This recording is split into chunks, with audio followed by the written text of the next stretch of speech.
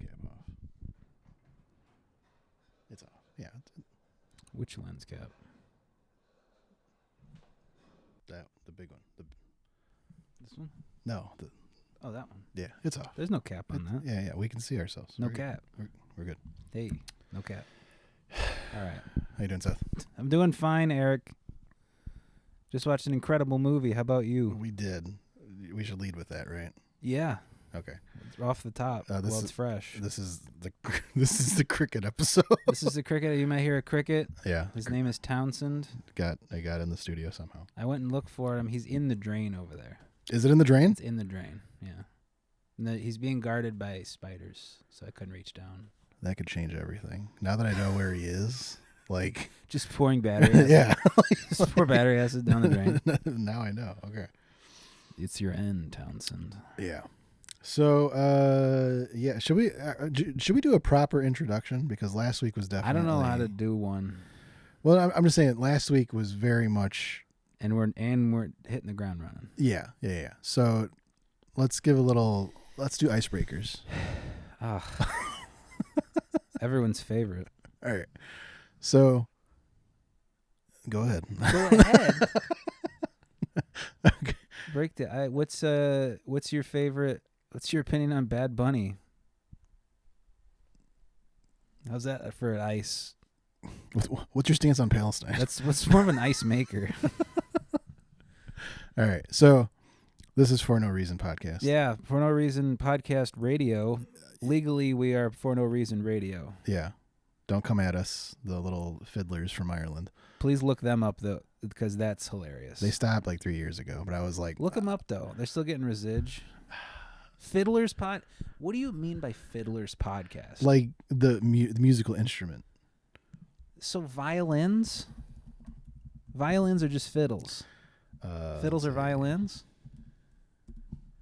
We should know that. There you go. Okay, we are not these people. Yeah. See, there's they even went. They're the For No Reason podcast. Yeah, they even went through the trouble of like making a pretty dope logo. That's a pretty good logo. They're better than us in every way. They got 2 5-star reviews. They're so much better. I saw that and I was like, the legal heat that they probably have, I don't want the smoke. They got all kinds of. What do they even? They only got 5 episodes, but still, I did want to risk it. So, yeah, Tradition. this is hot off of COVID. Oh, and everybody. Okay. Yeah, so they were like, hey, let's. We can't fiddle. Let's. No. Evelyn and Holly. Sorry, Evelyn. Sorry, Holly. No. Give them love.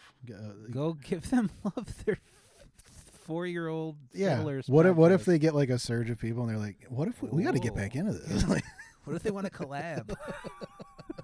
What do we even do about collaborations? Yeah. I don't know how to do that. Yeah. I barely know how to do icebreakers. An intro song with fiddles. That would go hard. It would go hard. I don't know of one. With like our floating heads. Yeah. Yeah. So yeah. I would love that. So yeah, the idea of For No Reason was it's for no reason. Yeah. Like, it's not serious. I'm not doing anything. It was mainly we're going to talk about movies and TV because that's what you and I. That's all I know. That's all I know about. Yeah. Even mildly. You and I gel with that the most. I guess. We do other stuff like video games a lot. Yeah. So it's anything but try to make my life better. It's mainly to lead off. It's mainly movies and TV. Sure. But we'll talk about other stuff. We'll stumble into other topics. Yeah. We're probably not going to talk about fiddles. So if you want to talk about fiddles, For No Reason podcast. For No Reason podcast. The original. The OG. Yeah. So yeah, let's get now we've addressed that. Yeah. So that gives you a little gist. Me and Seth met each other in film school. Yeah.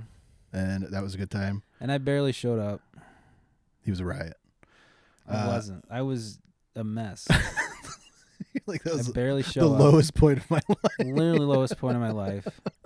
I barely did it. I don't know. I don't remember how to do any of it. Yeah. So now we watch it and critique it. Now we act like we're experts. You actually did the thing. I didn't do it. I quit. after a semester. It was great. It was fine. But anyways, since then we've been buds. So that's why I wanted you to come. Yeah, I'm and here. Do this. I honestly back then I wanted you to do the podcast, and you were like, well, I was incredibly obese. well, that wasn't the main reason. That was the main reason for me. I was morbidly obese. Well, no, I remember asking. I was like, Seth, come on, we could do it. This would be great if we did a podcast. And you were like, no one wants. I had to. No. He said He said through my pizza crumbs. Well, no, you said no one wants to hear what I have to say. No one wants to see me and hear what I have to say. And then podcasting blew up. And everyone, a lot of assholes that don't deserve a podcast have like a podcast. us. Yeah. That remains to be seen. Well, no. It remains to be seen whether or not we deserve to have this. Right. No, yeah. So now that I've lost some weight, I look okay on camera now. You look good. I don't take up the entire frame. I'm like, maybe I should pretend to be an expert in a thing I'm not, like everybody else. So here we are. And we just saw a battle without another battle guy. One battle after another. One battle after another. Paul Thomas Anderson. One is a battle, the other is a frog. Yes, one battle after another, Paul Thomas Anderson. Starring Leonardo DiCaprio, Sean Penn, and Benicio del Toro. And Regina Hall and... Oh, yeah. Like, the full cast is... Just crazy cast. Yeah, really good cast. Shout out to... Who played Willa? Who played Jungle Pussy? That caught me so off guard. McHale. That caught me so off guard. This is Jungle Pussy. Wow. Hello. Yeah, Chase Infinity. She was great as she was great. Willa. Who's the Jungle Pussy? Benicia Beverly Hills, the mom. Who was that? Benicia Beverly Hills. That Tiana Taylor. Tiana Taylor? Yeah, do you know Amon Shumpert, the basketball player? He used to Nope. play for the Cavaliers and the Knicks. Okay. I don't think they're still together, but that was his wife. They were married. Okay. But yeah, she did great for terrific. her first like I've never big seen her thing. anything else. Yeah. The only thing I recall seeing her in like video wise was like Kanye West music videos because she was signed to his label. Making her first national appearance on MTV's My Super Sweet 16. Oh shit, I had no idea. But yeah, and she was one of those. She was one of the Sweet 16ers. Was she? I don't know. That's so fun. That's great. But yeah, she was. It was good for like I didn't. When I first initially saw her, I was like, "Ooh, how's this gonna go?" Mm-hmm. And then she actually held her own pretty well. Killed it. Like she Totally killed it. Yeah. And Regina Hall, of course, is Terrific. always great. Yeah. Didn't give her a lot to do. Yeah, I was honestly hoping for a little bit of a arc, but let's get into let's go spoiler free to start. Okay.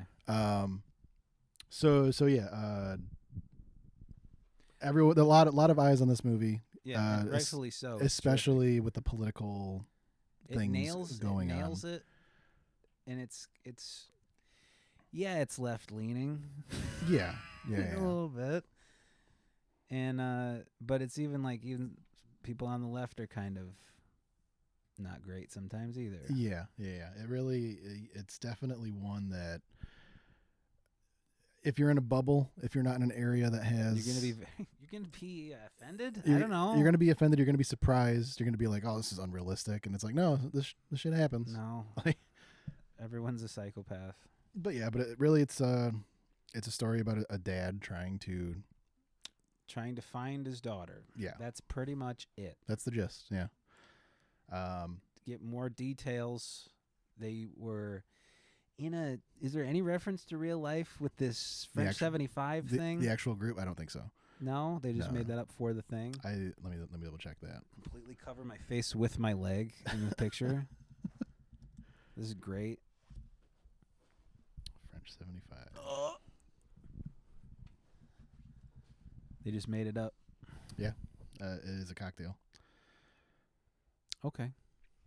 I was okay with that. I want to be a revolutionary now, but also I would contribute absolutely It nothing. radicalized you. I would contribute nothing. You would be that Mexican guy at the fruit stand going, they went that way. I would to any kind of movement. I would just be like, I would just be like, I would be nothing. I have no skills. I would have nothing to contribute to any kind of revolutionary movement. I don't know about you. Yeah, but I get what you're saying. This definitely was one that, like I protest. I go to organized protests, and in no way do I feel like I'm like a revolutionary by any means. Yeah. But seeing this movie made me feel a little bit better about when I go do that. Yeah, I guess. I feel like I'm not doing anything. I feel like I should. I just kind of. You know what I got from the movie? I should buy a ham radio. That's what I got from it. Yeah. I need a ham radio right now. Yeah, I love the. I actually like talking about that. I do love that contrast with. Okay, you have a group of revolutionaries from like, let's say, early 2000s. Yeah. And they kind of second term Bush. Yeah. They kind of like sunset. They're kind of like laying low. Right. And then the new breed of revolutionaries come in, and they've brought with them the new liberal. Yeah, and they hate it. Yeah. You're like, what the hell is this? What's wrong with you? Like they moved so far to the left, even the left from 10 years ago is like, what the hell is this? And even, that I thought was like a really good shot at you guys take yourself a little too serious sometimes. It's like the fight that you're wanting to fight is not that serious. No. But yeah, let's go off spoiler territory. And now this is spoilers. Yeah, spoiler territory. But you put spoilers right here. And clip art, can you get clip art and be like spoilers? I could. You're not gonna. Okay. Hold on. Let's clip art. Hold that thought. All right. Spoilers in like that rainbow font. You know what I'm talking about? Word art. Clip art. Let's see if I can. Clip art font, and then it just bounces in like in PowerPoint. Ding ding ding ding ding ding. Or is that too? That's too much? We'll figure it out next. That's episode. too much. Next episode, we'll figure it out. I have to be like an audible editing here, and then here we're gonna have the clip art come in at the spoilers. That's what we're gonna do here. What's the budget on this again? Get a graphic designer. Okay, so off the rails spoilers. If you listen this far, then chances are you watched the movie. But yeah, the story, let's just recap the story. The story follows two revolutionaries, like you said, during the Bush administration, Tiana Taylor and Leo DiCaprio, and there's others that a lot of others are befriended. What's the actor that plays Barksdale from The Wire? Avon Barksdale? Yeah, he is in this. He's also... Strong Side from Remember the Titans. Yeah. It's probably more Strong Side. More people probably know him from that. Weak Side. But yeah, let's give him his flowers. Strong Side. In there for a little bit, but he was great. He was kind of the leader of the old. Was it Wood Harris? The old gang. Yes, Wood Harris. Wood Harris. Yeah. That gentleman right there. He was great. Basically, they do a bunch of different jobs. Leonardo DiCaprio's kind of role is he's the explosives guy. He's the rocket man. Yeah. He's the rocket man. Yeah. So he makes distractions. He uses tear gases, and he even goes like, "I'll blow something up," like, and he does. Like, and you see the very first thing that you see is an immigration camp. Yeah, and they basically go in. They tie up all of the military personnel that are overseeing this thing. They break out all the immigrants, and Tiana Taylor first interacts with the gentleman here, Sean Penn Lockjaw. Sean Penn, yeah, this gentleman here. The emptiness, the vacancy of his personality was captured beautifully. Yeah, he definitely. There's nothing behind him. Yeah, like and then she like kind of awakens something in him. Yeah, and he's just like, and then he's just obsessed with her. Yeah, he's obsessed with her and women of her race for the rest of the movie. Oh yeah, he definitely kind of, like you said, gets awoken to this. Because he's literally asleep. Yeah. When she stumbles across him. That's one thing I do want to talk about at the beginning and the end. Because when you do see him, it's very much not like he is throughout the rest of the movie. And it's this very militant. It's like he's washed up already. Yeah. And then she kind of gives him life. Like a reason to fight again. Right. And even though it's a messed up reason. It's a kink. He's going after a kink. Straight up. So anyways, she finds him. They kind of have this pseudo sexual kink chemistry kind of thing where she basically tells him to get hard while I have a gun pointed at you. And that's what kind of is like. Which in the first 5 minutes of the movie. Yeah. Which is a crazy decision. That's a wild director's decision. Yeah. So she takes him. He gets locked in the cage with the rest of the officers. Leo tear gasses them and they leave. And they're like, we did it. Great. You know, this one's done. Yay. And then you see a montage of a bunch. And then in the background, you see Sean Penn has been following her. Yeah. And wants her. Wants her body. All right. Yeah. And then he confronts her when they're trying to plant explosives in I believe it was a bank or a government building. Yeah. And he basically says, kind of blackmails her into... He blackmails her, but allows her to keep doing what she's doing. Yeah, he doesn't care about what he cares about her. Yeah, like he literally says, he's like, you can blow up whatever you want. I don't care. Like, keep doing what you're doing, but just meet me at this hotel later. So they have a fling. Sure. There may have been some butt stuff that happened on his end with a gun. Yeah, I think that probably awoken something in him too. A gun in the butt. Gun. Yeah. Flash forward, Tiana Taylor's pregnant. And she gives birth. Oh, we didn't even say she's with Leonardo DiCaprio. Yeah, they are together. They we didn't even say that. Okay. Well, they are in a romantic relationship throughout this whole thing. Yeah. And at one point in one of the in the montage, Sean Penn is like looking at her through binoculars and sees that Leo DiCaprio and her are a thing. And this makes him angry. And that's when he begins to not be okay with her blowing things up. Yeah. So, fast forward again. Tiana Taylor gives birth. Leo DiCaprio is basically assuming the role as the father, even though I think they're married at all. I don't believe they believe in that. Yeah. So, anyways, there's they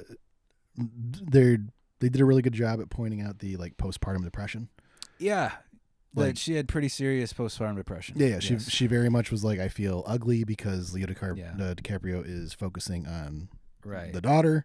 Yeah, and like, body dysmorphia that came with the changes that happens to a mother's body. Yeah, and I think they handled it really well. And then, like they definitely added a little more. You're a revolutionary, so like you kind of do have like this independent kind of.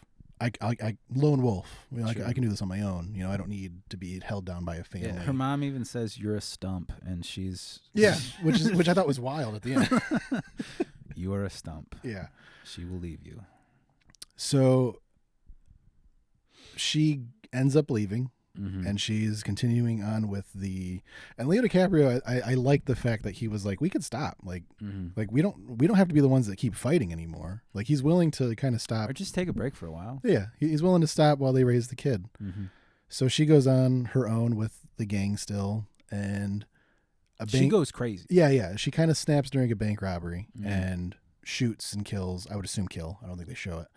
They definitely killed him. Yeah, killed the security guard. And then she gets caught, and she rats. Yeah, she everybody. Yeah. Sean Penn is there when she wakes up, you know, in the hospital, and it's basically like, I can get you out of here. Like you can be a witness, but you got to give me names. She didn't rat Leonardo DiCaprio out though. No. She didn't rat him out. No, she went after like. No. I feel like maybe she did, but he was able to leave in time or something. Yeah, he was able to leave in time. But so maybe she did rat him out then. No. They got that information from. We see. Oh, there's somebody else. The guy with the white Dodge. White Dodge. Remember, he gets the guy off the radio, like with the hood on his head. Oh, that was later. Yeah, but they that was way late. I meant like her. Did she, when she was caught? Did she give up Leo DiCaprio? Yeah, but they were able to just leave the house in time. I don't think so. I don't think so. I don't think so. I don't remember. No. So, anyways, yeah, you had then see another montage of Sean Penn literally killing like a lot of the people that were involved with this group, the French 75. Yeah. Like you said, Leo DiCaprio and a couple other members, Regina Hall is one of them, are like, all right, you guys got to go. Here's your new names, your new social security numbers. Here's these two devices that kind of come into play a little at the end of the movie, where it's basically like if you're within 100 feet, they both play. They play a song. Yeah, they play a song when they're together. Alone, they kind of play like just a redundant tone. And I'm sure there is what that song is a tongue-in-cheek thing, maybe. I don't know. I don't know. I will say I did love at the end when they put that into the score. Right. Because when you're first introduced to it, you're like, oh, okay, yeah, it plays a little jingle like from a while we're on card. that, the score was incredible. The just piano throughout. The piano and the fortissimo violin, like just a wall of violins, like the scene in the church when like yeah, it really punches you in the face. It was amazing. And yeah, just throughout the entire time, it's simple. Like the piano that plays throughout the score is very simple. The frantic pianing. Yeah, but then it's followed and accompanied by these very well done tracking shots. Yeah, like on top of the rooftops. Like they did it really well. Yeah, I didn't expect to have a really good score with this. I thought it was going to be action explosions. No, they absolutely killed it. It was great. So yeah, these devices that and he's given information that he's supposed to remember. Like if he doesn't remember, if shit hits the fan, like you need to remember these codes because we're gonna try and get a hold of you and let you know, get out. And it's so realistic because I wouldn't. He's throwing that amount of information. I wouldn't remember. Well, he literally gives him a manila envelope and is like, remember everything in here and then burn it. While like all your friends are dying and you're trying to get your infant daughter out of there, and like this is your new identity, this is where you have to go, you're going to do this mission before you do this to throw them off. And he's like, also you don't have a car seat, so put it in this laundry basket. Put your baby in a laundry basket, front seat. So yeah, basically he's told to hide a week in Denver and then go to where they end up living. I forget. I think pretty sure it's Pacific Northwest. It's I don't know where exactly. They said California plates, so I would assume must be Northern California. Yeah, I would assume there. So he's basically hiding there, and then time jumps. Let's get back with Tiana Taylor. Oh yeah, she escaped somehow. How did she escape? She just leaves. She just leaves? Yeah. So after the montage of Sean Penn killing all of her buddies, Sean Penn I think very much had the expectation of. Oh, that's right. I'm going to go home with you every night. He shows up at her witness protection house with roses. I like that scene. He knocks on the door with the roses in hand, puts the roses down when she doesn't answer the door, goes in the backseat of his truck, and he just has a battering ram in his truck. And it took one swing. Yeah. I got to be honest, when that scene played out, I was like, oh, she killed herself. That's what I assumed. I bet you there is a version of the script where she did. Yeah, I don't know if because she's not in the rest of the movie. Yeah, it's just a voiceover. Yeah, so like, I'm sure there's an early script where she kills herself. Yeah, which I don't know. I don't know if I like that better. I don't know either. She did. I don't know. She completely lost herself by that point. Yeah, like she had barely any reason to live at that point. And I think it also comes down to like you see the interaction like with her mom and Leo DiCaprio. You see the interaction and she's like, we're from a long line of revolutionaries. Mm-hmm. So that's why I was thinking like, oh, she killed herself because the guilt like coming from there's no reason for a line of people that don't rat ever, or even give yourself a reason to be put in a position to rat. Yeah. Like, but no, we basically see she leaves a note. This pussy don't pop for you. There's your clip. There's your clip right there. And then just isolate that. And then no context. It's a ringtone.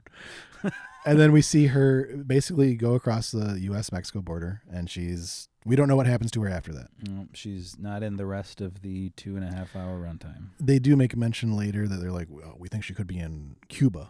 And that's right. Or Algiers. Yeah. So which he was watching the Battle of Algiers on TV, so it makes me think she's in Algiers. But I didn't even think of that, but Yeah. yeah, you're right. You're right. Basically, cut to Willa and Bob. That's the new name he's taken. Babe. Yeah, and What was his name before that? I forget. We only ever I think Was Ghetto Pat. Was his it was his revolutionary name. Ghetto. He had two. He had Ghetto Pat, Ghetto and Pat and Rocket Rocket Man. Man. Yeah. Must have been Pat. So yeah, It's basically, right there. It's Bob. Okay, never mind. yeah, they only ever called him Bob. Okay. Besides his nickname.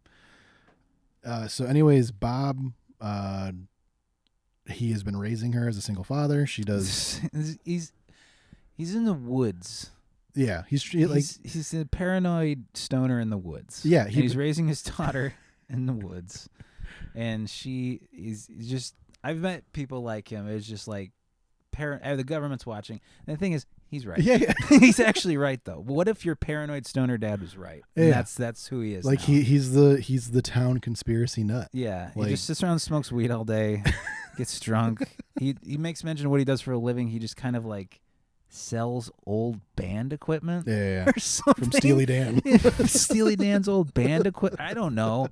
He gets money somehow. Yeah. So basically, she is doing really well. And she's incredible. Yeah, she's an incredible young person. Yeah, she's a taekwondo. She does. Which Benicio del Toro is such a solid dude in this. He's probably one of my favorite. That's one of my favorite performances of his ever. Yeah, This is all right. So we're gonna like kind of stop with the recap.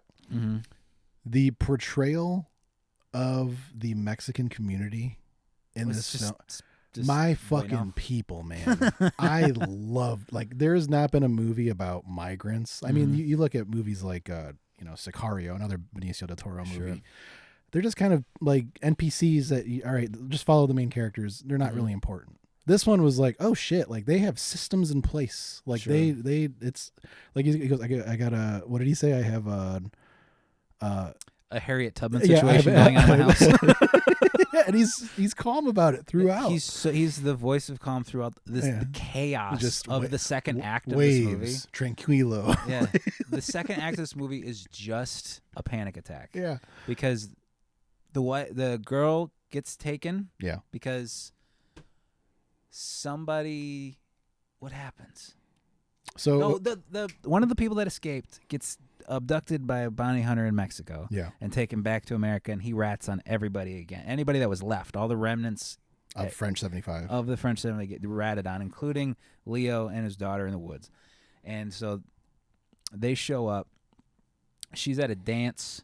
They pick her up at she escapes with Regina Hall. Yeah. And Leo's very adamant that she brings this thing with her wherever she goes. Right. She's got the song thing. Yeah. And Leo is still at his house, and he gets a call. One of the funniest parts of the movie. And you realize he is a washed up. He hasn't thought about this shit in 15 years. It's like she immediately like was it Green Acres? Yeah, he gives him a whole spy revolutionary call sign thing, and he doesn't remember a damn thing. He goes, "Who is this?" Yeah, wait. Yeah, and the whole movie, the whole rest of the second act, he's trying to figure out what he's supposed to say. Yeah. He has the same conversation over and over with this guy at this revolutionary headquarters about where the rendezvous is for all the people that are running. He cannot for the life of him remember the damn passphrase. And it's a time. Yeah, and every time he talks to this new guy, he gets more and more pissed. He's like, I don't remember the goddamn call sign. He goes, "You know me. I'm Bob. I'm gonna kill your family. I'm gonna kill." But yeah, originally he's just like, "I'm Bob. I'm Rocket Man." Yeah. And then by the end, I'm like, "Gonna kill your family." He's like, "Tell me." He's like, "I'm gonna be honest. I'm high." He's like, I cannot remember that. That was too long ago. The perfect humor in the situations like this was so well done. Yeah. It brings the amount of levity to, again, the panic attack. A lot of tension, yeah. The panic attack of the half-hour mark to the hour-and-a-half mark is just nonstop. And then the racist society. Oh yeah, the higher ups, the upper echelon of upper. The new clan, basically. Yeah, what do they call themselves? The Christmas Adventurers Society. The Christmas Adventure Club. Hail Saint Nick. Yeah. Hail Saint Nick. clever stuff there. Whatever they say, Merry Christmas. Yeah. Is that what that is? It's just like it's very much a tongue-in-cheek of like happy holiday. Don't you say happy holidays to me? Is that what that is? Yeah, it made me think of, there was that one movie that had talk while I look this up, but it reminded me of this one movie. The Christmas Adventurers Society? Yeah, it reminded me of Thank You for Smoking? No. Oh God, who's the guy from Atlanta?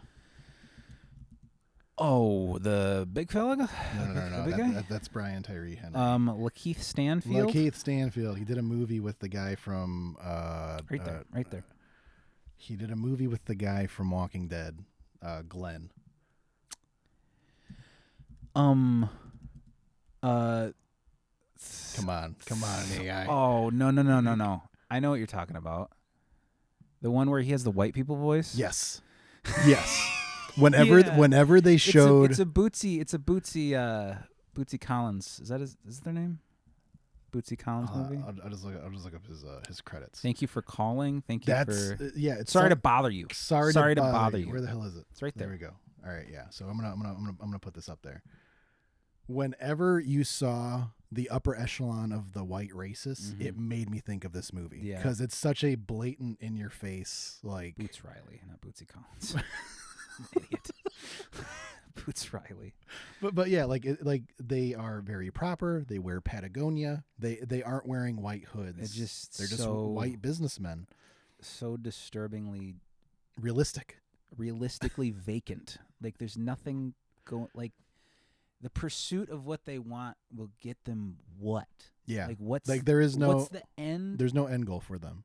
What, like, it's just oppression and then what? Yeah. I don't understand. We just want to keep things pure. When they start doing the pure shit, I'm just like, okay, I know it's That's the dog whistle, is the word pure. Yeah. Or there was even another, again, this is going all over the place with the recap, like timeline. But when they're talking about, there's a possibility that Lieutenant Lockjaw has or was it Colonel? He's a captain in the first act. He's a colonel the rest of the movie. Yeah. So they go, Colonel Lockjaw may have had a mixed race baby, and then they're shocked, but they're like, well, what mix?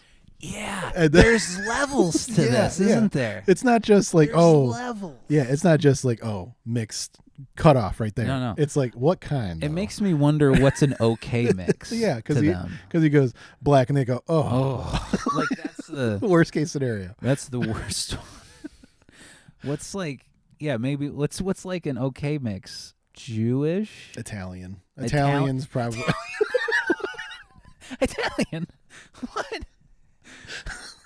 What even is white anymore? I don't. Well, no, isn't Italian white? It just makes me think about the Shane Gillis thing, because he said, he goes, I guess I was too late for Asian. You can't joke about Asians anymore. And then he goes, I think it's Italian is like the cutoff now. Italian. Yeah. Would these people in this movie have been okay with like an Asian?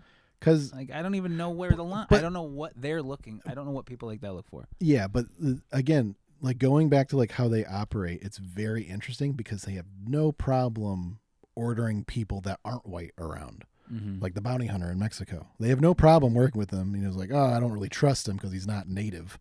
Right. You know? Yeah, and he ends up being good. Yeah. The bounty hunter from Mexico ends up. They say he's Chickasaw? Yeah. Or something, or Comanche? He's like Indian. Yeah. They're like, he passes as Mexican, but which is, I was like, I don't know what that means. Yeah. So, anyways, they go after Leo DiCaprio and Willa. Leo DiCaprio gets out in time when they raid the house. He has a tunnel. A tunnel in the basement that goes out to this abandoned toilet in the woods. That's right next to a park. That's right. And he's wearing that shit. He's wearing that. That will be iconic for a while. The robe and the beanie and the glasses. And those really thick banded right here sunglasses. That's gonna be a look for a minute. Halloween is it's gonna go crazy. That's gonna be the look. And he's wearing it the rest, and it does get more and more tattered. Yeah, you see it like cut and shit because he keeps getting his ass kicked. Yeah, so Willa, like you said, gets picked up by Regina Hall. She's still in she's still fighting. She heard the radio broadcast because, like you said, when the Mexican bounty hunter picks up one of these revolutionaries who rats everyone else out, he was smart enough to have the local kids like, hey, if something happens to me, right, put out the emergency SOS. Get out. Yeah, that was cool. But after that, he runs around. Does he immediately go to Benicio del Toro? Benicio del Toro is the local dojo guy. Yeah. He's the local, because Willa does taekwondo. Right? Is it taekwondo? Yeah. That's what it is. Or taekwondo or judo. That was just karate. I don't know. But anyways, the studio is owned by Benicio del Toro, and oh, I thought you meant the studio that made the movie.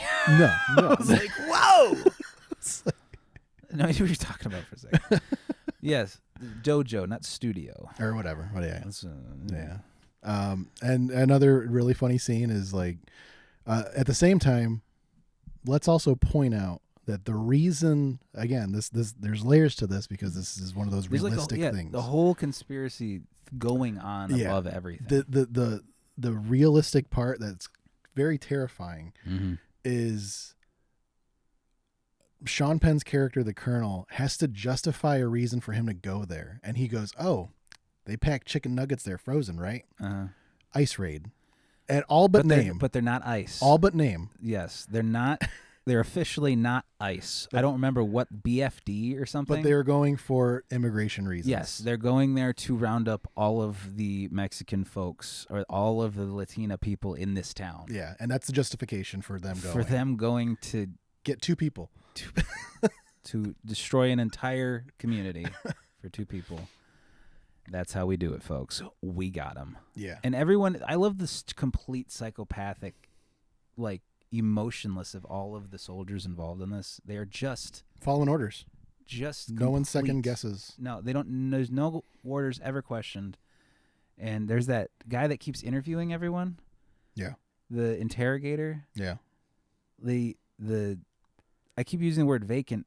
There's nothing behind his eyes. Yeah, of these guys. He's interrogating students. Yes. Like from a high school, ripped out of high school. And he's like, out of a high school dance. Yes, can you imagine? Sorry to stop your party. If the army showed up to your high school dance, started interviewing you. Yeah.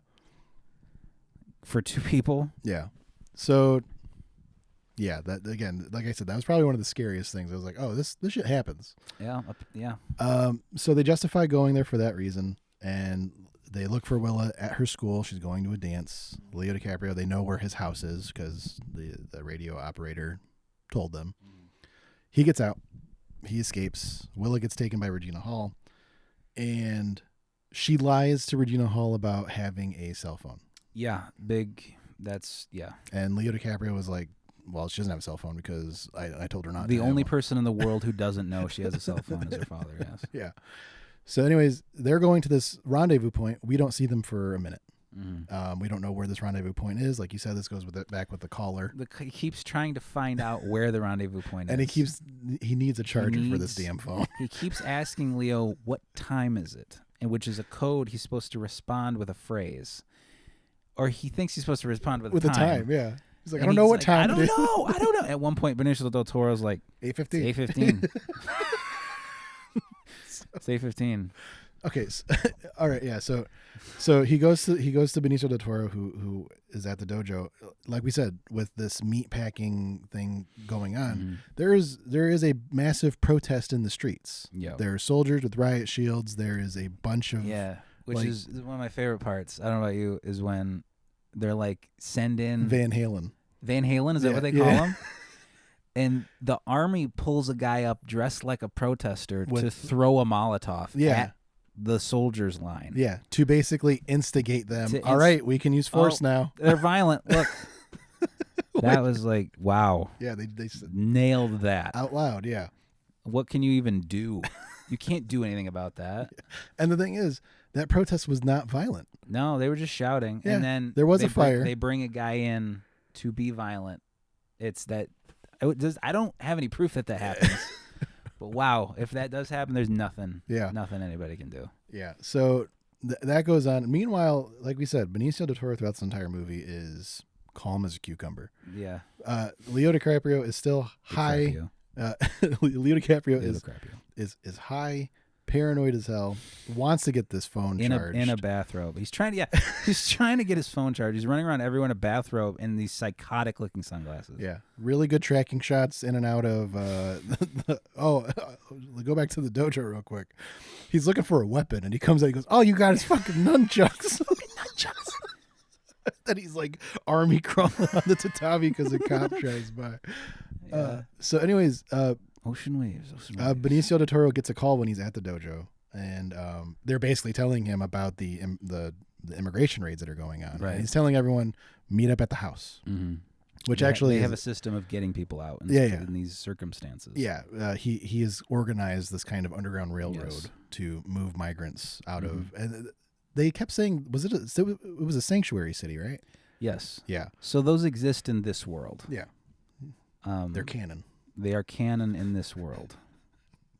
And this one, yeah, it's kind of which don't really exist in real life anymore. I don't know. Which I loved because, like, again, you see Leo DiCaprio like freaking out the entire time. Benicio del Toro, the front is a storefront on the first floor. They go upstairs. It's his house, and then down the hall, it's vacant rooms, but there's basically migrants sleeping on top of the store. Right. And they have tunnels going everywhere. Yeah, more tunnels. And the entire time, Benicio del Toro is not freaking out about the police that are right downstairs. He's so chill. Yeah. He's like just giving people Modelo's. Yeah. He just keeps giving Leo a Modelo, just like ocean waves. Like, he's so chill. And my favorite, the biggest laugh I had. He finally gets the phone charged and he's just like, go up with these guys to the roof. Benicio del Toro and Leo are parting ways. And he's like, Viva la Revolution! And Benicio's just like, yeah. Yeah. And then he shuts the hatch and then the rug perfectly covers his escape. It's just like the most chill, just like boop, boop, boop, boop, boop. He's always got things lined up. He's 5 steps ahead of everybody all the time. Yeah, so he basically moves the migrants to a church, which I don't think we know what happens to them after that, but they get out. They're fine. Yeah. He basically tells his family that are legal, like, hey, distract them if you can. I'm leaving. Tries to give Leo a gun, and we see the rooftop chase. It's not even a chase. It's just trying to keep up with these kids that are leading him. He falls off the fucking roof. Yeah. And he catches a tree on the way down, just breaks his fall, but he still falls 40 feet. But yeah, I love that because like you like the way the shot is, you're seeing them in the foreground or excuse me, the background, and you see one jump successfully, another one jump successfully, and then he just immediately falls. Yeah. And then he immediately gets tased and arrested. He gets the crap kicked out of him. He gets tased and arrested. And again, I love my people, man. The network of like basically the caseworker that is trying to book him. Yeah, the nurse. She's just like, you have diabetes, right? Yeah, you have to go to the ER, right? Yeah. All right, you can't take him in yet. Yeah. And then the nurse is like, you're gonna go out this way right now. Okay. Yeah, you're gonna go down the hall. Just fire escape. Boop boop boop. And then who's waiting for him with Modelo? with a whole case of Modelo. Benicio del Toro. Let's ride, baby. That was it's a great character. I loved every time that like Benicio helped him out of a jam. He's like, he gets so fired up. He's like, okay, all right.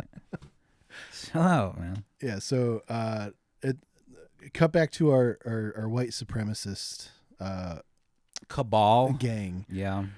They find out that Sean Penn actually had relations with Tiana Taylor's character. I forget what they called her. Bianca Beverly Hills. It's Perfidia. Perfidia Beverly Hills. Perfidia Beverly Hills. That's right. So yeah, basically they find out that he had a child, and that's when it's kind of.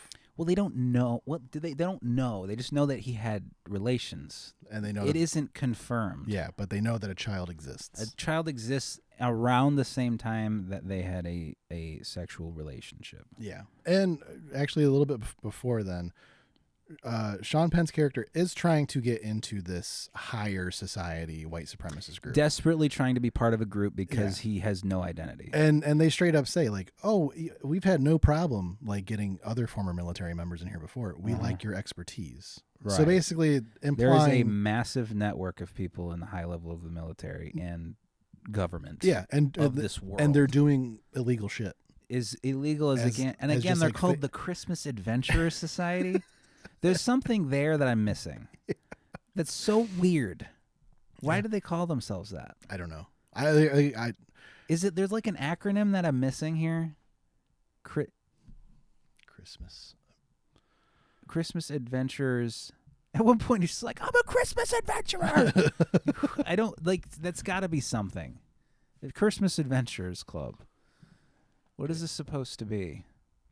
It's supposed to evoke any of the bizarre right-wing groups that have gained prominence over the past few years, decades, like Bohemian Grove or Proud Boys or Boogaloo Boys. Boogaloo Boys? Haven't heard any. Strange names that detract from the scary shit they're devoted to. Oh, okay. Hail Santa? Yeah, obviously. That was. I got the Hail Santa thing. Yeah. It's just Satan and the letters mixed around. Okay.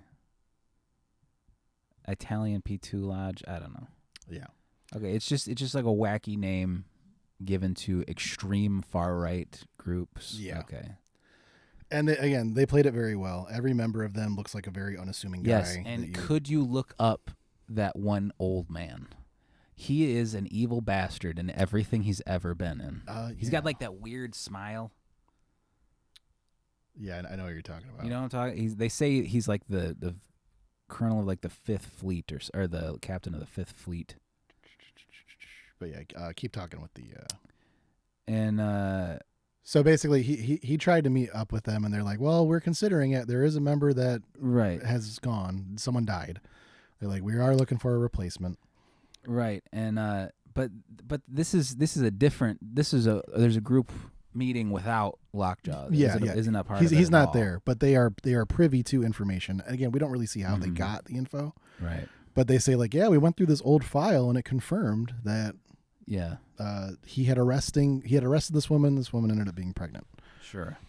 And so anyways, they basically hire another one of their members to clean it up.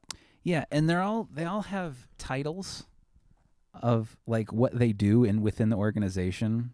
One of them is like distraction and purification. Yes, this guy, Kevin Teige. You just tie. Teige. Taja. But yeah, he has been an evil bastard in everything. But yeah, basically you see the scene where they're all sitting around this conference room in an underground bunker, by the way. Yeah, it's like he walks in the door and as a woman answers and they're having a conversation about banana pancakes. You want pancakes? Is not your famous banana pancakes, are they? And then he goes down into this, like a missile silo under the house, and then in a side room of a side room, there's these guys waiting there with a hunting diorama, with like a pheasant hunting thing behind him. He walks over, sit down, and he's just like, "We need you to kill these people clean." Yeah, that's. I want to eat off the floor when you're done. Yeah, and this guy, and that's where they have that conversation where she had. What kind of mix are we talking? Yeah, that's the what kind of mix thing. Yeah. So, what else was this guy in? Could you? I know he's been a bad guy. He's been a bad man. He's in Roadhouse. Is he the bad guy in Road? No, he's the good guy in Roadhouse. Salem. I can't believe. Oh, he was in Lost. Who wasn't in Lost? Everybody's trying to get in that show. He was just like a day player the last 20 years. Yeah. I swear he used to be in things.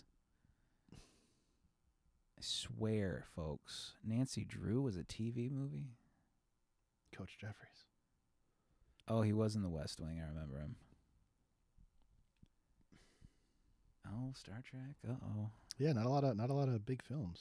Dang. He looks so familiar to me. I don't know why. But yeah, definitely did well he had maybe 8 lines, if that. He killed it. Yeah, he did great. This of the evil bastards, this is the most evil bastard. Yeah. I want to eat off the floor when you're done. What? Yeah, real. Yeah, so basically,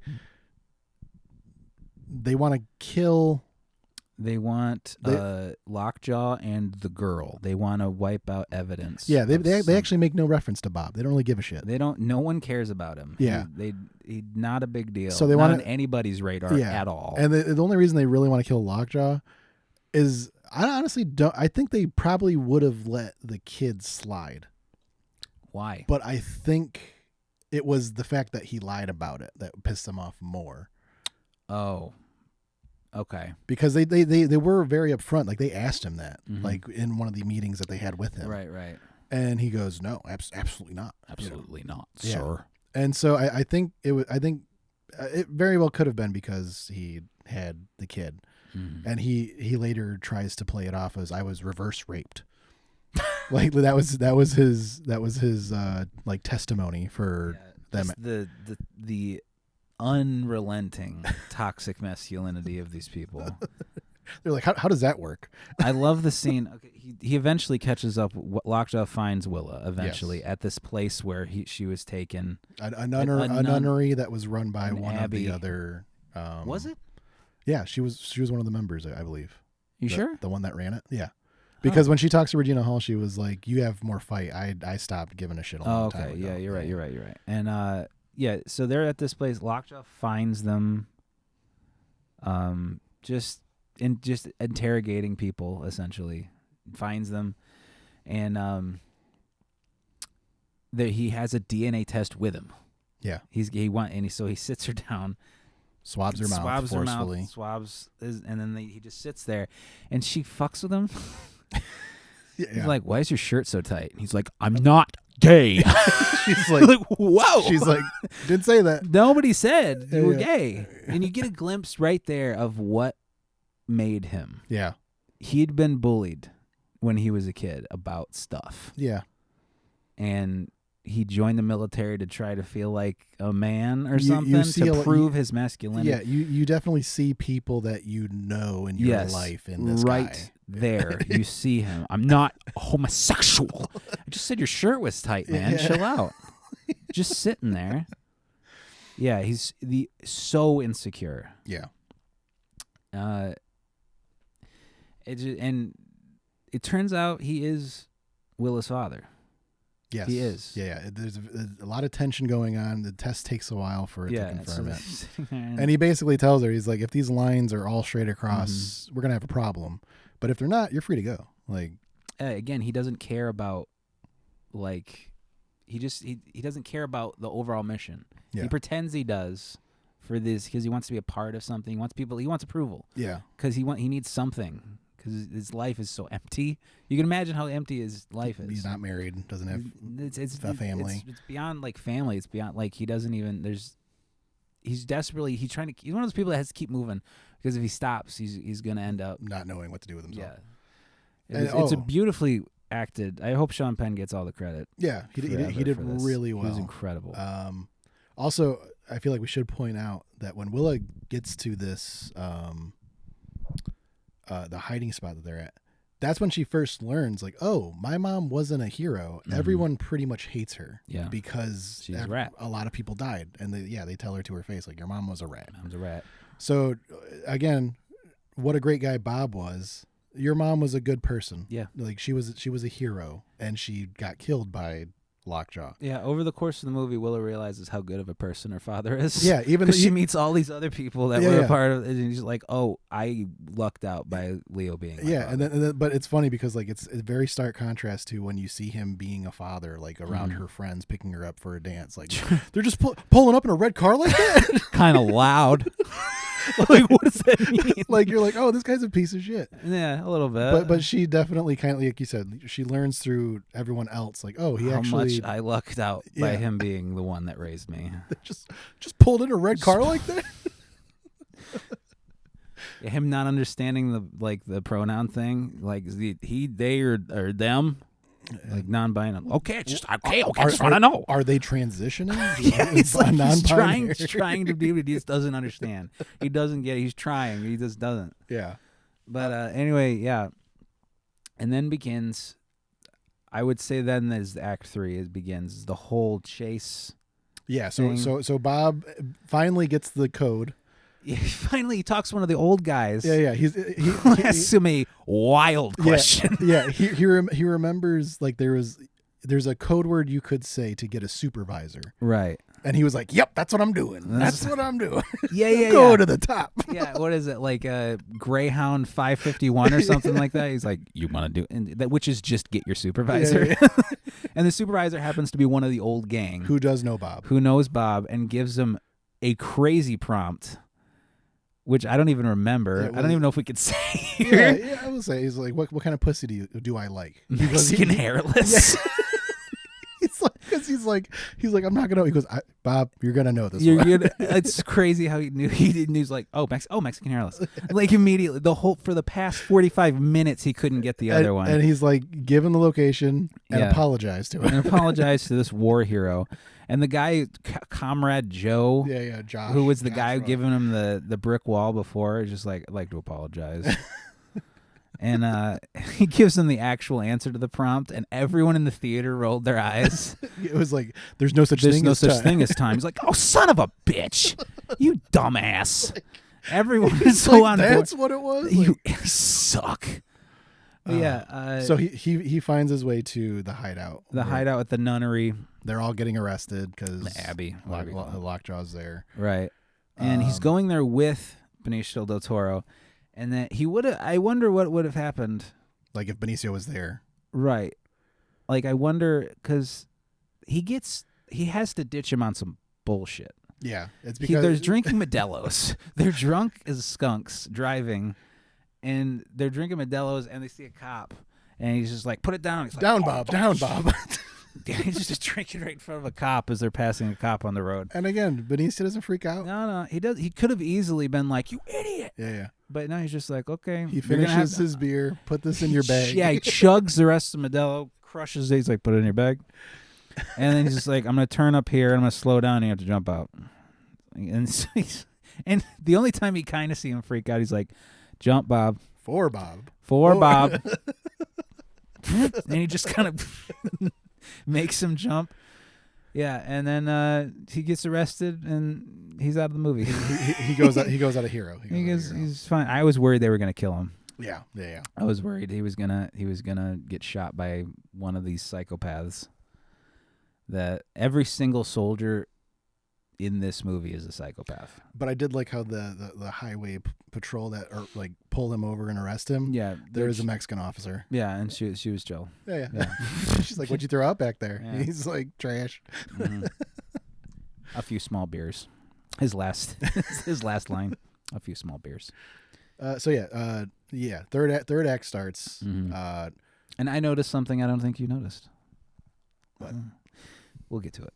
But, we're not there yet? We're not there yet. Okay. So basically, Bob has a rifle that Benicio gave him. A clumsy bolt action. Not a great one. They're taking on active duty. Not for militants. a siege. Yeah. No. And they mentioned Delta Force a couple times. Yeah. They're like Delta Squad 1 and 2. Well, that's not Delta Force. I assume there was Delta Force because even the helmets look Special Forces. Delta Squad could just be the name of a squad in anything. To me, they look Special Forces. Sure, but I think Delta Force is like a whole different thing. But anyways, so he sees Willa being taken by Lockjaw. I actually love that shot where he's walking out the back of the vehicle. You see Bob take the shot, and then it cuts to the driver's side door, opens up. Sean Penn's unfazed. Completely missed the shot. Yeah, and they light up his position, and he gets away. Yeah, he gets into his. Is that the car he had stolen by now? He had stolen a car. He had hotwired a car after he jumped out of Benicio's car. Yeah, he gets in a new. He hotwires a new car, and then that car is red. The bounty hunter's car is white, which Lockjaw takes Willa to the bounty hunter and says, "Take her to Mexico." He wanted her to kill her.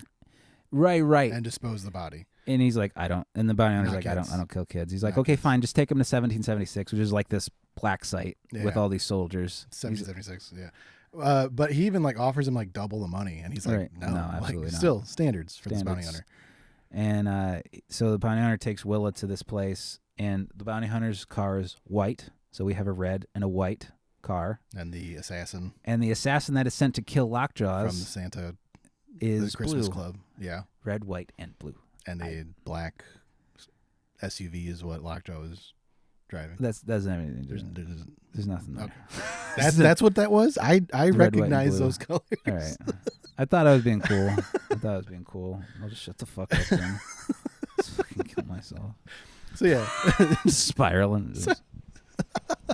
I don't care. So yeah, you're right. They go to this black site and you see a guy with relentless tattooed. God. Basically the guys that Hegseth really wants in there right now. Oh yeah. So Hegseth's wet dream. Yeah. So anyways, he drops her. The bounty hunter drops her off, and not too jazzed about it. But he waits in the car, doesn't leave right away. Right. Meanwhile, we see Bob trying to find. He sees an SUV, assumes that Willa, or he's trying to track the SUV down. Mm-hmm. Doesn't know that a handoff was made yet. So he's still tracking the SUV that's got Lockjaw by himself. Mm-hmm. Lockjaw then gets taken out by the Christmas assassin. He gets shot in the face with a shotgun. Yeah. And then he crashes his car. Crashes in a rough crash. Yeah. Amazed. Terrifically Amazed that he's alive. Well, you don't see that he's alive for like the next hour. But still, I was amazed. I was like... And also, he didn't double tap. That's what I think about that every time. Like, I was like... He stopped and got out. And he didn't double tap him? And he brings it up. He was like, I didn't think this guy would come after me again. Like, we're all scared of this name Lockjaw. I was like, kill him. Like, make sure he's dead. Double tap. Because the assassin stopped. Yeah. After he shot Lockjaw. And went... You assume he's going down to shoot him again. Yeah. And he doesn't? Yeah. So he leaves. Bob finds the wrecked vehicle. The wrecked Lockjaw vehicle. Sees that Willa's not in there. And he's like, ah, shit. Uh-huh. So he starts going and then sometime after that, off-screen, Lockjaw gets out of the car and walks away fine. With a lot of blood. A lot of his face is messed. Mangled, yeah. Yeah, he literally has Lockjaw. Ah. Huh? All right. Okay.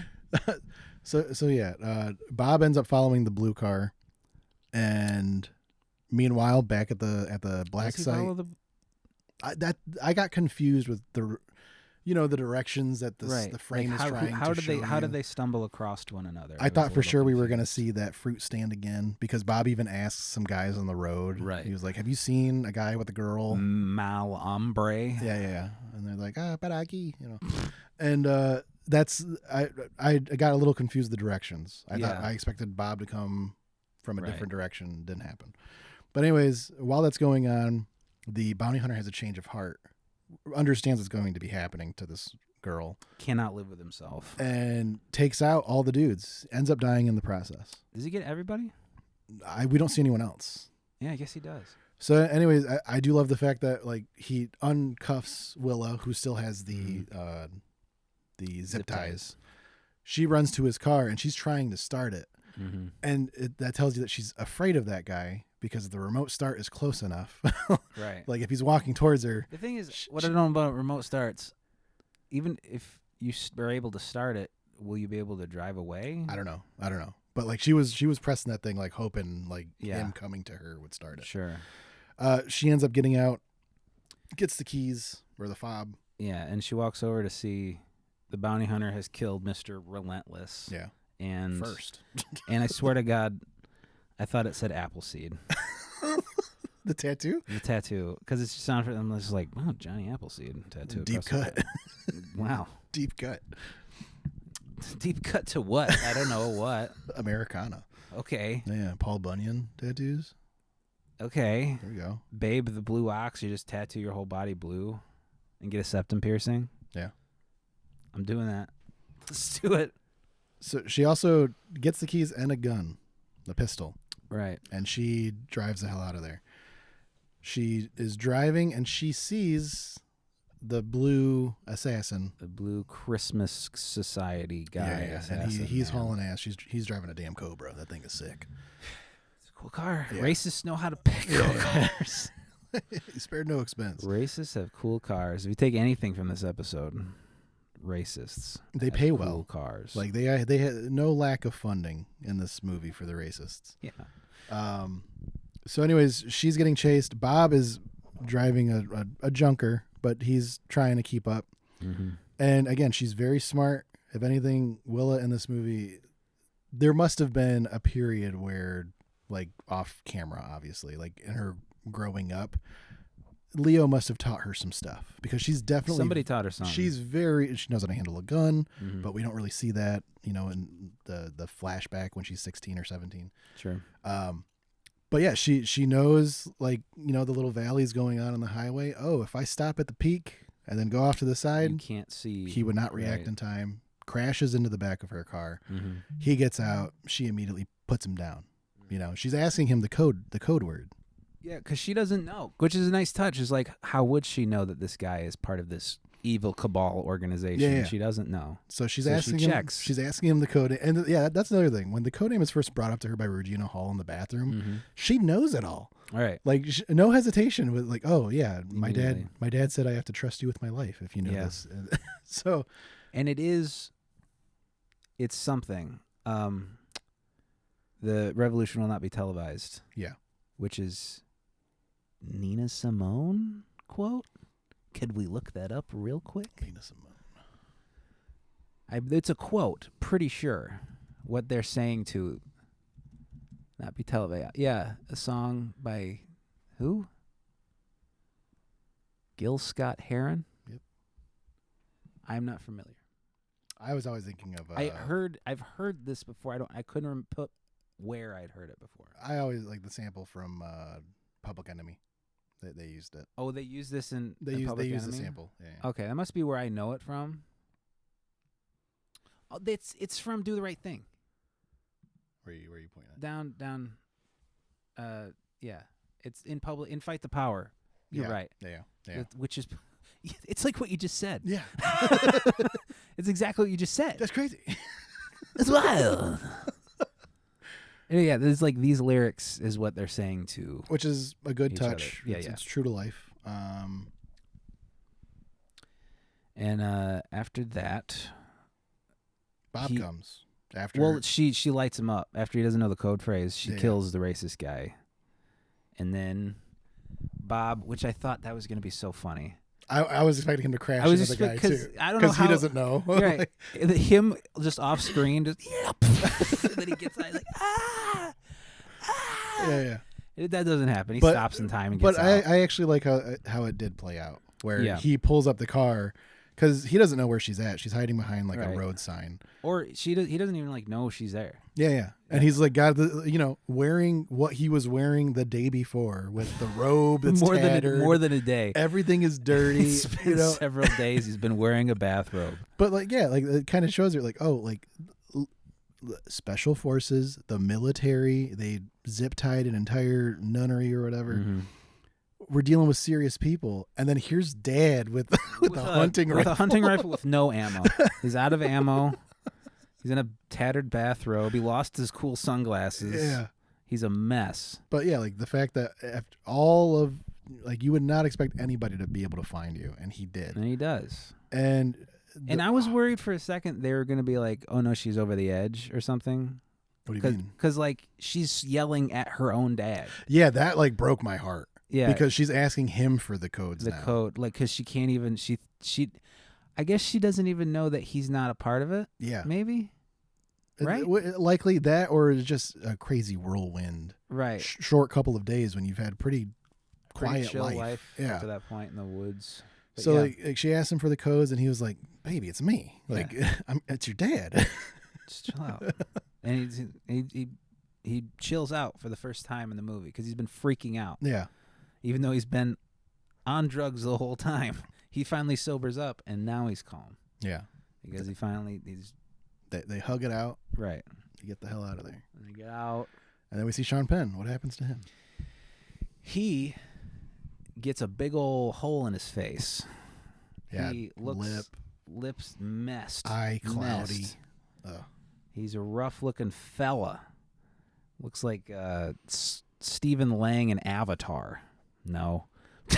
I was what? No. Wrong. I'm sorry I said that. Well, I was thinking of because his face is bloated too from the scarring. Yeah, he's a mess. It reminds me of the guy from Return of the King. Who's that one orc general with like the weird hand? The age of man That one. is over. Yeah, had those vibes. But he's in the club. The Christmas Adventurers Club Society is like, guys. you're in. Good job, buddy. Yeah, and then they ask And him he's like crying. He's like, I finally did something. They confront him about the kid, and that's where he brings up I was reverse raped. She wanted my power. Yeah, that's what she wanted. I was drugged. She was a semen demon. Yeah, that was so out of place. An old man be like, you mean a semen demon? Like, yes, sir. Yes, sir. That is what I meant. Yeah, and then and then they show him his office. Bring him up there, and beautiful corner office. He puts his legs up on the table, and you hear kind of a clunking in the vents. And he's like, huh. Yeah, they gas him, and then they toss him in the fire. Yeah. I thought it was really funny because in the back you see the guy that's showing him around. He's like looking, he's patting. I thought he was getting a gun. That's what I thought too. I was like, wouldn't that be funny if like this guy is like, oh, here we go. Great. Yeah. I thought he actually forgot his gun. We were gonna wait for him to come back and be like, here you go.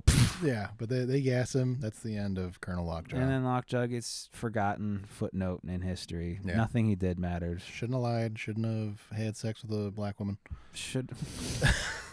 That's what you get. That's what you should pick up. That's what everybody should get from this. Well, to the Christmas carolers of America, that's what they're. That's what the racists did not like him for. Yeah. And then we see Willa and Bob at home, and they go back to the same house, which I'm assuming everything's back to normal. No one's looking for him anymore. Maybe Lockjaw was the only one that had the vendetta, and nothing leads back to them. I don't know. They got his location. Yeah. So I don't know. There was a whole squad there. Yeah. I don't know what goes on there. Gives her a letter from the mom. Mm-hmm. Perfidia. And basically says it's a nice note. You know, it's like I think about you, which kind of she got over the postpartum depression. Sure. Come find me if you're ready. You know. You wonder how long ago it was written. Yeah, that's what I was really hoping. It was like this came yesterday. You know. But yeah, there's definitely stuff in there that I wish we would have got. I wish we would have seen what happened with the migrants and Benicio del Toro. They're fine. It's implied. Yeah, it's implied that it's fine, and and it's also implied this happened before. It's gonna keep happening. Yeah, we'll be ready every time. Yeah, which is good. Yeah. And then I wish, again, Regina Hall's great. I wish we got a little more because we just see her getting wheeled off. You don't get a lot from her. Yeah, I really wish we got a little. Like, there's still victims in this. Like, not everyone had a happy ending. She's in jail somewhere. Yeah. I don't know. But yeah, God, this movie is great, man. It's one of the best I've seen that's come out this year. Yeah, I would not be surprised if this takes home a couple golden statues. Sure. Paul Thomas Anderson, the writing and directing duo that's great. Mm-hmm. Leo DiCaprio, it's probably his less serious. Yeah, I don't really see him doing a lot of the humor a lot. Yeah, it's straight drama. It's very fun, and like he's vaping the whole time. I got to imagine they let him actually vape because I'm not doing this movie unless I can vape. Yeah. Like you said, Benicio del Toro is great. Who plays the daughter again? We just had her name up here. Revolution will not be West Wing. The Westiest Wing. Willa, she deserves a shout out. Willa. You've got to have scrolled past her by now. It's by order. It's by order of appearance? Yeah. Ugh, I hate when they do that. It's the worst. Ew. Oh God, she has a Chase Infinity. Is. She's excellent in this. What else is she in? Is this kind of her big break? I think so. Yeah, she was in a music video for Tyler the Creator and a TV series, Presumed Innocent. Good. She should get more. Yeah, she's very, very good. I was very impressed with her. Yeah. God, what a sick ass movie. Yeah, and weirdly enough, whenever I see a really good movie, I'm just like, wow, that was a really good movie. I never want to see it again. I would want to watch this again. Yeah, I'm sure there's stuff I missed. Like, gotta be. references. I mean, you missed the red, white, and blue cars. Of course. Most important subtext of the movie. Yeah, but definitely important for what's going on now. Yeah. Yeah, it is. Yeah. Around here, I don't know. Do we want to dox ourselves? Second episode in, we dox ourselves. But yeah, it's good. Do you want to do ratings? Give it 1 cricket in the drain out of 10. Is that good? He's killing it. It's better than 10 crickets. My boy's killing it over there in that drain. It's better than 10 crickets in the drain, I'll tell you that. Could you imagine 10 crickets in a drain? I can't. I can only imagine 1 because he's right over there. All right, 5-star system. Is that fair? I guess. Are we doing halves? How about 1 monkey bank out of 10? 1 monkey bank out of 10? I thought we were doing out of 5s. 1 monkey bank out of 10. Hold on, let me... Zoom in. let me see. Zoom in on monkey bank. 1 monkey bank out of 10. Here's a thumbnail. 1 monkey bank out of 10. You remember Lionel Coinbanks? Shout out in the comments to Lionel Coinbanks. Lionel Coinbank, Lionel Coinbank, Lionel Coinbank. You remember that? Is that an ad? That was the ad. They just kept repeating Lionel Coinbank. Lionel Coinbank, Lionel Coinbank. And it was just the train? The train. Okay. Have fun with your grandson. I don't recall. Do we need to show them this? We need to show everybody the Lionel Coinbank. Have fun with your grandchildren. Your grandchildren will talk to you again if you give them a Lionel Coinbank. Hell yeah. These fucking things. Hell yeah. Help your child save up for their college. Lionel Coinbank. With the cheesy commercials. Yeah, this is... There it is. There it is. Lionel Coinbank, Lionel Coinbank, Lionel Coinbank. I'm not crazy. No, I wasn't a train kid. Neither was were you I. a train kid? Absolutely not. I could not have possibly cared less about I have trains, ever. I have a train senior citizen at work. My coworker. So you know. He spent thousands. So you know someone with autism. Thousands of dollars. He's got his whole train set up in the garage. Yeah, it's probably like a whole city. Yeah. You And you can't touch it. What if he has a Lionel Coinbank? Shout out to Lionel. Shout out to Lionel Coinbanks. All right. This movie's perfect to me.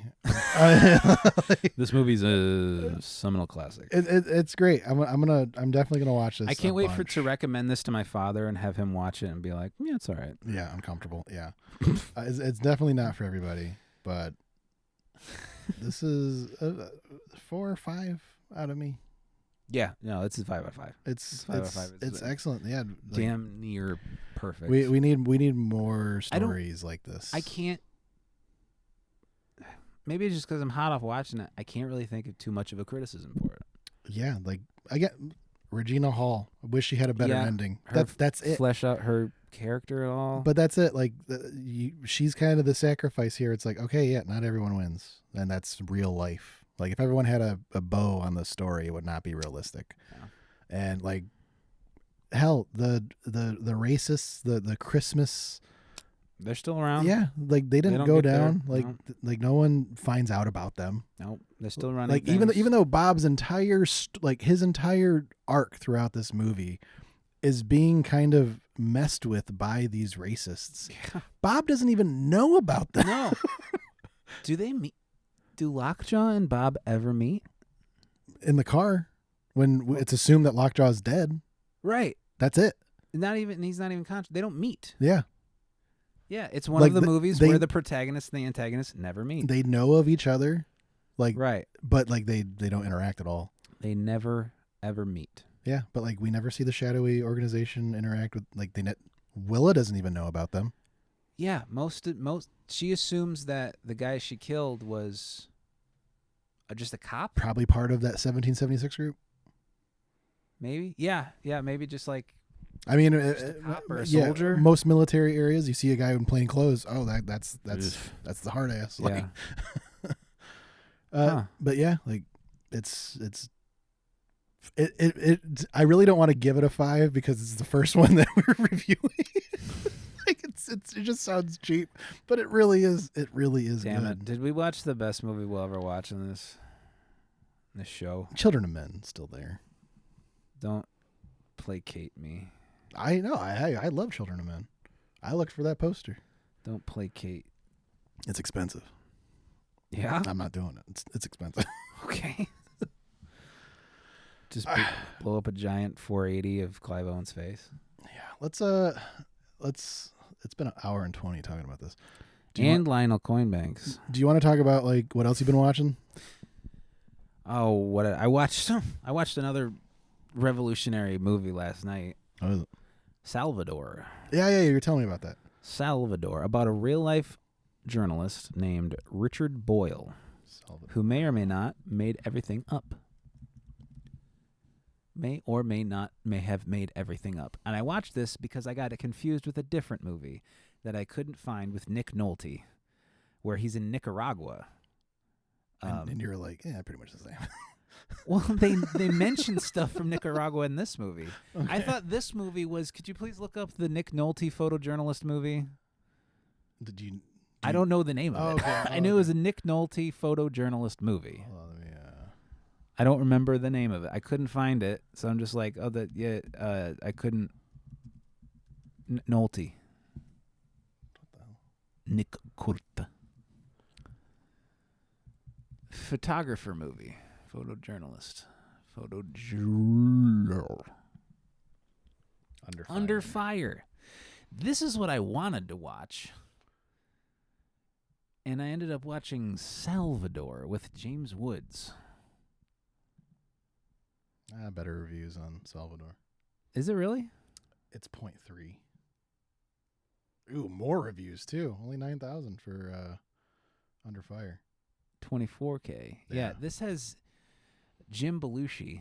Yeah, you're telling me. Jim Belushi and James Woods go to Salvador to escape America and to make some money because they're both get kicked out by their wives because they're scumbags. They are not just scumbags.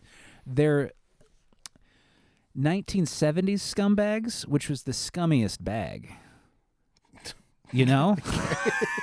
If you know what I mean? Yeah. Scumbags back then were true trash. True. Yeah. And they're just The worst. Womanizing, just drunk, high, don't care about anything, constantly stealing money from people. Now, does it make fun of them for that? Like, is it really like? No, they're the heroes. Okay.